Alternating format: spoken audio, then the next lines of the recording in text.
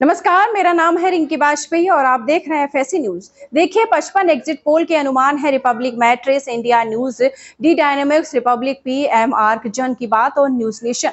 और ये पांचों ही सर्वे बड़े बोल रहे हैं जो भारतीय जनता पार्टी ने चुनाव कैंपेन शुरू करते हुए शुरू में कहा था।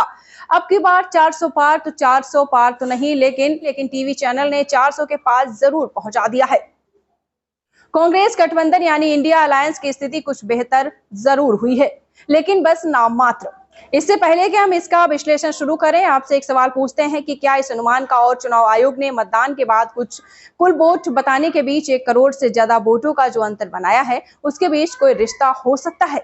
सोचिए, ये जो आंकड़े आए हैं इस पर विश्वास करना बहुत ही मुश्किल है। गठबंधन को इसने 2 से 7 सीटें, अन्य को 1 सीट। यह सीट निश्चित तौर पर पूर्या के पप्पू यादव की सीट होगी। पिछली बार इंडिया ने 39 सीटें जीती थी, बीजेपी 17, जेडीयू 16 और एलजेपी ने सारी 6 सीटों पर जीत दर्ज कर डाली थी। केवल 1 सीट किशनगंज की कांग्रेस ने जीती थी। अब एग्जिट पोल कह रहे हैं कि इस बार भी कमोवेश वैसे स्थिति बनने वाली है। अब देखिए, कुछ सीटें तो बिहार की ऐसी हैं जिन पर आप उसी चैनल के पत्रकार से पूछ लीजिए, वो कुछ और बताएगा। जैसे औरंगाबाद की सीट है, जैसे जहानाबाद की सीट है, कटिहार की सीट है। आप पाटलिपुत्र की सीट को भी देख सकते हैं। बेगूसराय की सीट पर भी घमासान है। इसी तरीके से जमुई की सीट पर एनडीए का फच्चर फंसा हुआ है। हाजीपुर और वैशाली की सीट पर मुकाबले की दिशा साफ नजर आ रही है। काराकाट की सीट पर खैर उपेंद्र कुशवाहा तक दावा करने की स्थिति में नहीं है। उनके समर्थकों के चेहरे का रंग उड़ा हुआ है। नालंदा तो नीतीश कुमार का गढ़ माना जाता है। बिना प्रचार किए चुनाव जीतते रहे हैं, इस बार भी जीत ही जाएंगे जेडीयू के प्रत्याशी। लेकिन इस बार नीतीश कुमार को अपने इलाके में रोड शो करना पड़ गया। तो कहने का मतलब यह है कि क्या एग्जिट पोल विश्वास के लायक हैं या फिर इनके पीछे एक खास पार्टी के अनुमानित नतीजों के आसपास देखने की इच्छा नजर आती है? ये सारे सवाल उठ रहे हैं। इस तरीके से उत्तर प्रदेश में जो जमीनी हालात है, महाराष्ट्र में पूछे ही मत। 48 में से 42 सीटें जीत जाने वाले इंडिया खुद 6 हिस्सों में चुनाव लड़ रही है। शरद पवार और उद्धव ठाकरे की पार्टी छीन लेने से पैदा हुई सहानुभूति जमीन पर साफ दिखाई पड़ती है। क्या उनका कोई नहीं होता है? एग्जिट पोल में महाराष्ट्र में जमीन पर काम करने वाले पत्रकारों ने लगभग आम राय से कहा कि बीजेपी बुरी तरीके से आधार हो रही है। भाजपा कहीं से भी अपने पुराने प्रदर्शन के आसपास भी जाती हुई नजर नहीं आ रही।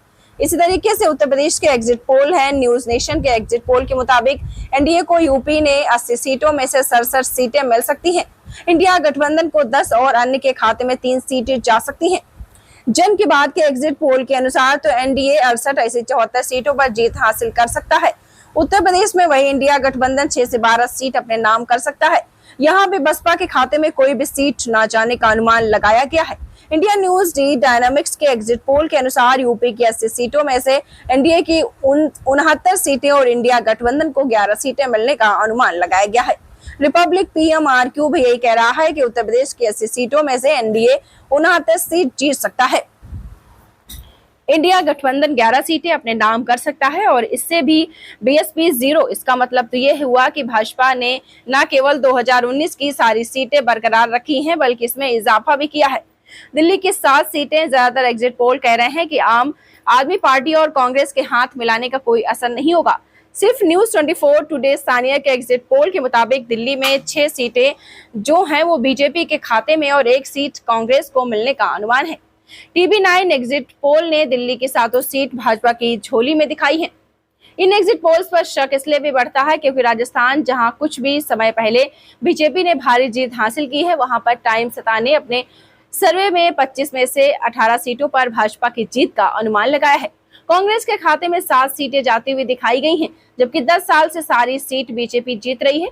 आंध्र प्रदेश इकलौता राज्य है जहां सारे के सारे लोगों का कहना था कि एनडीए को बड़ी बढ़त मिलने वाली है, क्योंकि जगन मोहन रेड्डी की लोकप्रियता बुरी तरीके से लगातार गिरी हुई है। तो आपको बताते चलें, लगातार यहाँ पर किसको कितनी सीटें मिलेंगी ये तो बाद में ही पता चलेगा। इसके अलावा पिछली बार वो 22 सीटें जीत गए थे और इसके बढ़ने से कोई असर लग नहीं रहा। सबसे ज्यादा चौंकाने वाला कर्नाटक को लेकर एग्जिट पोल भाजपा के खिलाफ जबरदस्त माहौल और प्रज्वल रेवन्ना का मामला सामने आने के बावजूद ज्यादातर चैनलों में बीजेपी को 28 में से 25 सीटें मिलते हुए दिखाया गया है।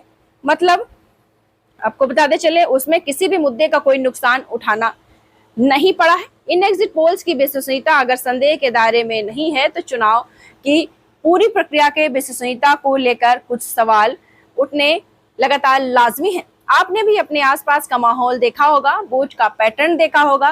पूरे चुनाव के दौरान जिस तरीके से जिस उदासीनता दिखाई दी, वो कुछ कहता है कि लेकिन वो उदासीनता एग्जिट पोल के अनुमानों में कहीं ज्यादा नहीं देगी। तो सवाल खड़े किए होंगे, क्या आपके मन में सवाल नहीं उठते हैं? एक और बात जो बहुत जरूरी है, अगर टीवी चैनल पर मोदी को महान बनाने का दबाव रहता है, उनके विरोधियों को नीचा दिखाने का दबाव होता है, सरकार के खिलाफ चलने वाली खबरों को गिराने का दबाव होता है, तो क्या उसे विजय दिखाने का दबाव नहीं रहता होगा? इसका जवाब हम भी जानते हैं और आप भी जानते हैं। ऐसा कुछ भी नहीं जो दबाव से परे होता है। पूरे चुनाव के दौरान चुनाव आयोग का जो रुख रहा है उससे भी आप वाकिफ होंगे। खुलकर धर्म को लेकर लोगों को उकसाया गया है। खुद प्रधानमंत्री नरेंद्र मोदी धर्म के आधार पर लोगों को भड़काते नजर आए हैं और वोट मांगते नजर तो आए बहुत सारे, और खास के टीवी के काम करने के तौर तरीकों पर। इतना ही नहीं, representation of the people section 1951 के सेक्शन और 26A के तहत एग्जिट पोल को लेकर बहुत सारे नियम कायदे हैं। इन नियमों का मकसद ये है कि किसी भी तरीके से चुनाव को प्रभावित नहीं होने दिया जाए। एग्जिट पोल के परिणामों को मतदान के बाद प्रसारित करने के लिए सर्वेक्षण एजेंसी को चुनाव आयोग की इजाजत लेनी पड़ती है और इस अनुमति की शर्तें कौन तय करता है, कैसे करता है, कोई नहीं जानता। इसलिए 4 जून का इंतजार कीजिए और आंखें खुली रखिए। तो हमारे साथ देखते रहिए फाइट अगेंस्ट क्रिमिनल चैनल और पढ़ते रहिए fight against criminal daily newspaper. आज की खबर में बस इतना ही। वीडियो को लाइक करें और चैनल को सब्सक्राइब कर ले, जिससे आने वाली वीडियो की नोटिफिकेशन आपको मिलती रहे।